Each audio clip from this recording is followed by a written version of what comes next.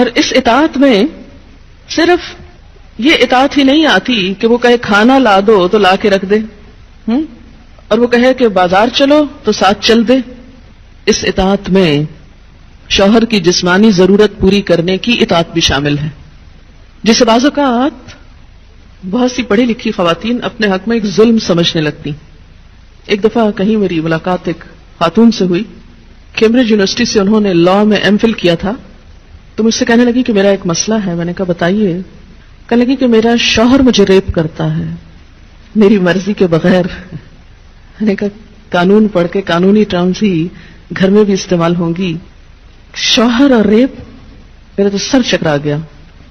یہ بات بہت ڈھکی چھپی ہے لیکن چونکہ دین کا ایک حصہ ہے اس لیے بتانا ضروری ہے. بہت سے گھرانوں میں خرابیاں اور بہت سے گھرانوں میں لڑائیاں اور بدمزاجیوں کی جو روٹ کاز ہے وہ یہاں سے شروع ہوتی ہے، جسے کوئی نہیں کھولتا.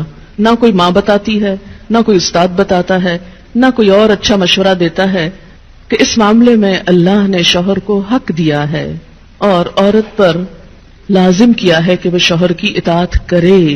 لیکن جب عورت کا ایک موڈ ہی صرف ریزسٹ کرنے کا بن جائے اور شوہر کو صرف یہ انڈرسٹینڈنگ ہو کہ اس نے تو میری بات ماننی ہی نہیں، تو یہ چیز بہت سی تلخیوں کو جنم دیتی. ایسے میں عورت اور مرد کے مزاج میں چونکہ قدرتی فرق ہے، بعض اوقات شوہر کی جو ڈیمانڈ ہوتی ہے عورت نہیں پوری کر سکتی، یا عورت کا مزاج اس سے مختلف ہے، یا عورت اس کو اپنے لیے ایک مصیبت اور بوجھ سمجھتی ہے، تو بھی اس موقع پر اطاعت کہ اللہ کا حکم ہے، اور اگر میرا دل نہیں بھی چاہ رہا تو میرے رب کی رضا اس میں ہے، مجھے اس سے جزا چاہیے، صرف اپنی مرضی نہیں. آپ دیکھیں کہ جب سے عورت نے اپنے اوپر گھر اور باہر کی دوہری ذمہ داری لی تو اس میں عورت کے لیے اس مقام پر اطاعت شوہر زیادہ مشکل ہو گئی، کیونکہ وہ دن بھر باہر کے کاموں سے اتنی تھکی ہوئی ہے کہ اب وہ اس قابل نہیں کہ شوہر کی بات مان سکے. وہ بے شمار گھر کے علاوہ باہر کی ٹینشنز میں گرفتار ہے. لہذا ایک طرف اپنا گھر خراب کر رہی ہے، ظاہر ایک شوہر کو اگر روز نہ ہی سننی پڑے تو اس کی توجہ لازماً باہر جائے گی، وہ کہیں اور دیکھے گا، ذمہ دار کون ہوگا. اور دوسری طرف اللہ تعالیٰ کی ناراضگی بھی. اللہ کی رضا شوہر کی رضا میں ہے اور اللہ کی ناراضگی شوہر کی ناراضگی میں ہے. ہاں یہ الگ بات ہے کہ اگر شوہر ناروا زیادتی کرتا ہے اور بالکل بے رحم ہے یا ایسا کوئی مطالبہ کرتا ہے کہ جو ناجائز میں آتا ہے، وہ تو نہیں پورا کرنا. جیسے آپ کو بتایا گیا کہ فطری طریقے کے علاوہ کوئی بھی ایسا طریقہ خواہ وہ شوہر اور بیوی کے درمیان ہی کیوں نہ ہو اسے حرام قرار دیا گیا، چاہے وہ عمل قوم لوط سے ملتا ہو یا اورل سیکس ہو. یہ تو ناجائز ہے ہی، لیکن فطرت کے دائرے میں. اور اس میں بنیادی چیز جو باہم کاؤنٹ کرتی ہے وہ باہم ایک دوسرے کے ساتھ کوآپریٹ کرنا ہے، ایک دوسرے کے مزاج کو سمجھنا ہے اور ایک دوسرے کے ساتھ تعاون ہے. لیکن آپ دیکھیں کہ ہمیشہ آئیڈیل صورتحال نہیں ہوا کرتی، ہر شخص اتنا کنسیڈریٹ نہیں ہوتا. لیکن اللہ تعالیٰ نے عورت کو جہاں شوہر کو باہر کی مشقت دی نا، کتنی مشقت ہوتی ہے گرمی میں، دھوپ میں. مثلاً ہر شخص کا ایئر کنڈیشنڈ آفس تو نہیں ہے کہ وہ وہاں بیٹھ کے کام کر رہا ہے. بہت سے مرد سڑکوں پہ سڑکیں بنا رہے ہیں دھوپ میں کھڑے ہو کر، کچھ کھیتوں میں کام کر رہے ہیں، کٹائیاں کر رہے ہیں فصلوں کی، کوئی اور مکان بنا رہے ہیں، دھوپ میں کام کر رہے ہیں. تو مرد اگر سارے دن کی باہر مشقت کرتا ہے تو وہ بھی ایک پینفل کام ہے، اور اس نے محنت کی اور بیوی کے لیے سارا آرام فراہم کیا، کھانا پینا باقی ضروریات. اب اگر بیوی کو اس کا مطالبہ پورا کرنے میں تھوڑی تکلیف ہو رہی ہے تو کیا ہوا کہ موڈ نہیں ہے، دل نہیں مان رہا، تو کیا ہوا، نہ صحیح.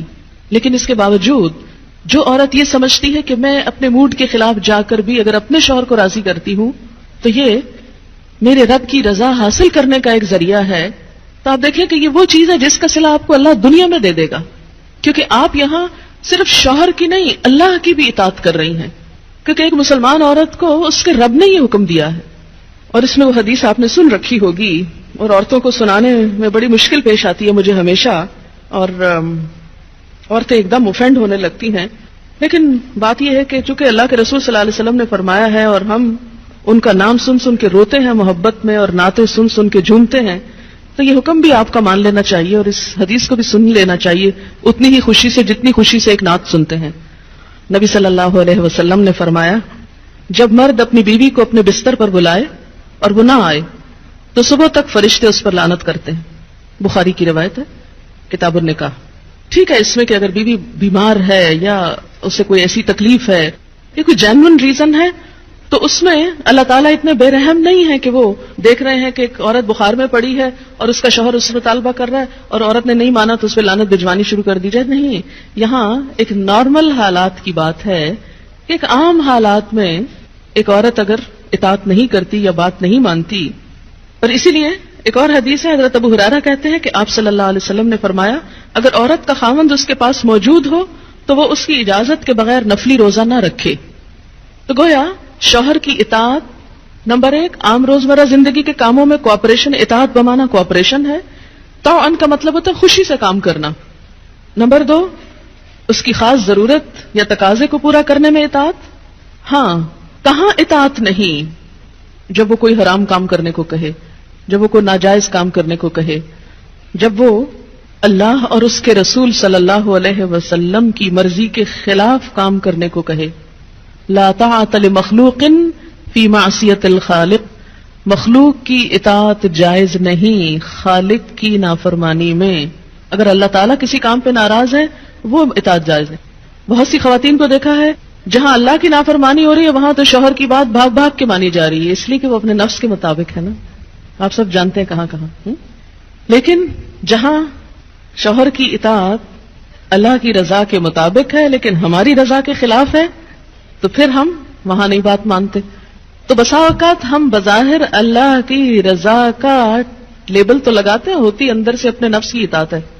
اور بعض اوقات شوہر کی اطاعت کا لیبل لگاتے ہیں لیکن وہاں بھی اصل میں نفس کی اطاعت ہوتی ہے کہ ہمارا اپنا دل وہی چاہ رہا ہوتا ہے جو شوہر چاہتا ہے اس وقت. بعض اوقات کئی غلط کام شوہر چاہتے ہیں نا کہ بیوی کرے, ہم خود بھی وہ چاہ رہے ہوتے ہیں ساتھ, اس لیے آڑ لے لیتے ہیں جی شوہر نہیں مانتے. مثلا سر ڈھکنا شوہر کو پسند نہیں, کیا کریں, اب شوہر کی اطاعت بھی تو اللہ ہی نے کہا.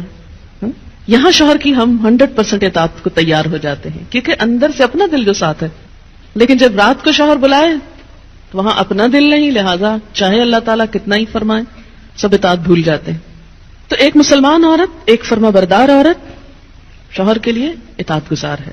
میں کہتی ہوں کہ اگر عورتیں صرف اس آیت کے چھوٹے سے حصے جو 2 لفظ پر مبنی ہے فالصالحات کان اطاعت پر عمل کریں, ان کے گھریلو زندگی کے 50% مسائل خود حل ہو جائیں گے. آدھے مسئلے یہیں سے حل ہو جائیں گے کیونکہ مرد سیٹسفائیڈ ہوگا, اس کی نگاہیں اور عزت محفوظ ہوگی تو وہ اپنا کوئی بھی کام دل جمی سے کر سکے گا. اگر وہ مطمئن نہیں گھر کی طرف سے تو گھر تو کیا باہر بھی وہ کام درست طور پر نہیں کر سکے گا. تو فالصالحات قانتات, نیک عورتیں فرما بردار ہوتی ہیں. نبی صلی اللہ علیہ وسلم نے فرمایا بہترین بیوی وہ ہے جس کی طرف تم دیکھو تو وہ تمہیں خوش کر دے, جب تم اسے کسی بات کا حکم دو تو بجا لائے, اور تمہاری عدم موجودگی میں تمہارے مال اور اپنی ذات کی حفاظت کرے. تو ہمیں ایسی بہترین عورت بن کے دکھانا ہے. رسول اللہ صلی اللہ علیہ وسلم نے فرمایا اللہ تعالیٰ اس عورت کی طرف نظر رحمت سے نہیں دیکھتا جو خاوند کی شکر گزاری نہیں کرتی, حالانکہ وہ اس سے بے نیاز نہیں ہو سکتی, اس کے بغیر رہ بھی نہیں سکتی, لیکن جب وہ ہوتا ہے تو اس سے وہ صرف لڑائی کرتی رہتی اور گلے شکوے کرتی رہتی, کمپلینٹس ہر چیز میں کمپلینٹس. تو شوہر بھی چاہے اس کے پاس کتنی بھی جسمانی طاقت ہے یا مالی طور پر بہت سٹیبل ہے, وہ انسان ہے, ہیومن بینگ ہے, وہ بھولتا بھی ہے, وہ غلطی بھی کرتا ہے. تو ایسی چیزوں کو اگنور کر دینا چاہیے. ہمیشہ گنتی کر کے رکھیں کہ اس کے احسانات کتنے ہیں اور اس کی غلطیاں کتنی ہیں. اگر وہ برابر ہو تو بھی شکر گزار رہیں.